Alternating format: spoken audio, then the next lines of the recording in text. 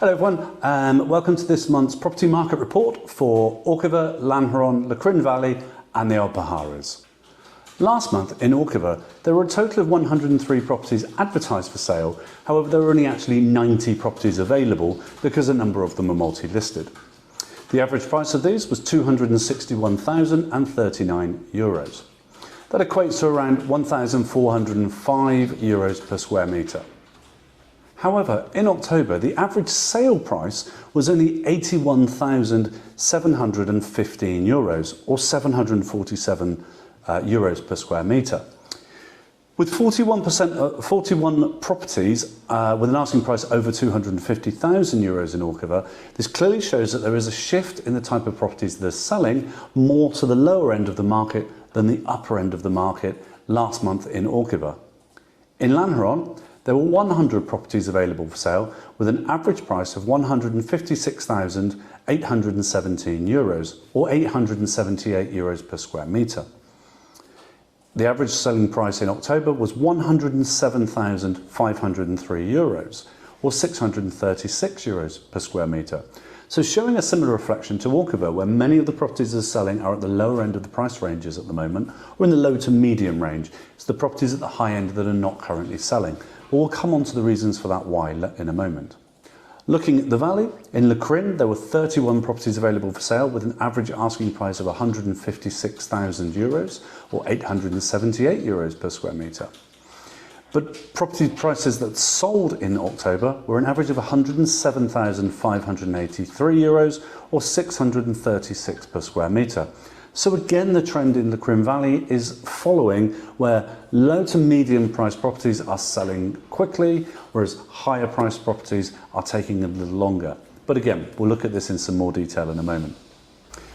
Why are these properties not selling? Well, first of all, there's obviously a smaller market as you get to the higher price ranges. But interestingly, I've seen a number of properties recently where when asked to visit them because they were not selling and they were not getting any interest, the prices they were being marketed for were significantly higher than the current market value. Now, there used to be a trend to put things on the market much higher and expect people to make a lower offer. Unfortunately, the market has matured a little more than that since that used to be the case. What we're finding now is if something is €50,000 overpriced, it's just not attracting the buyers who will be looking in a price range €50,000 lower.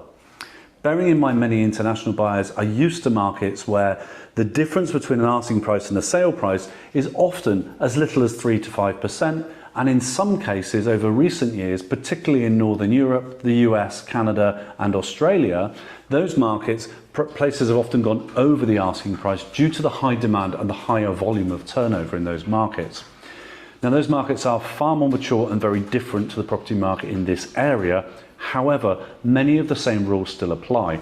If a property has been overvalued significantly and it's not getting any interest, it's really worth having a look with a full marketing review, which of course you should be getting on a monthly basis anyway. But if you've been on the market for, say, more than 6 months and are not experiencing any success, it's definitely worth having a full marketing review to ensure that your expectations are in line with the current expectations of the market. That said, there have been a number of reports recently, one in particular from Bank Inter, where they have changed their forecast on the Spanish property market. At the beginning of the year, bearing in mind we were still reacting to COVID lockdowns at the time, the predictions were that the market in Spain would fall around 1%. However, with current trends in the marketplace, it's predicted that that will actually rise by 4% at the end of the year. The latest Q3 figures released by the Registro and the notaries showed that there had actually been an increase in sales across the whole of Spain for Q3. This has certainly been our experience here, as we've seen many international buyers now able to travel, and they have been purchasing properties, I wouldn't say snapping them up, but certainly trying to get in there because they've been waiting a long time and there was a bit of pent-up demand. That leads me on to the final segment of this month's report, and that comes down to buyers' fees.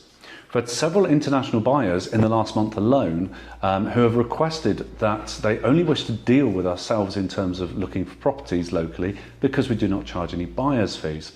Now, interestingly, this stems from the markets in many mature markets, Northern Europe, US, Canada, Australia, the UK in particular, where it's actually illegal to charge buyer's fees.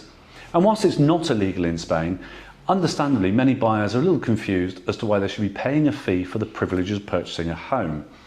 Now, we have spoken to 2 buyers in particular this month who were interested in purchasing a property. However, because the agent was charging a buyer's fee, they declined or decided not to proceed with even making an offer on the property.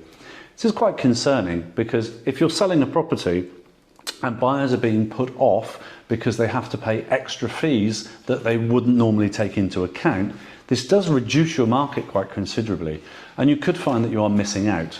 So do check with your agent to see if they're charging buyer's fees, because that could lead to you as a seller having a big conflict of interest there as well, in terms of that agent having to turn away buyers or potentially not even attracting buyers. So I don't know, let me know what you think in the comments below about whether you'd be happy paying a buyer's fee if you were looking to purchase a house on top of all the other costs involved. One question I do get asked a lot about are the costs involved in purchasing a property. So look out for the extra video coming soon. Just click like or subscribe on this one, and then you'll be kept up to date with new videos as they come out. Thank you for taking the time to listen to this month's market report. I'm Matthew from Lanjaron Property. Goodbye for now.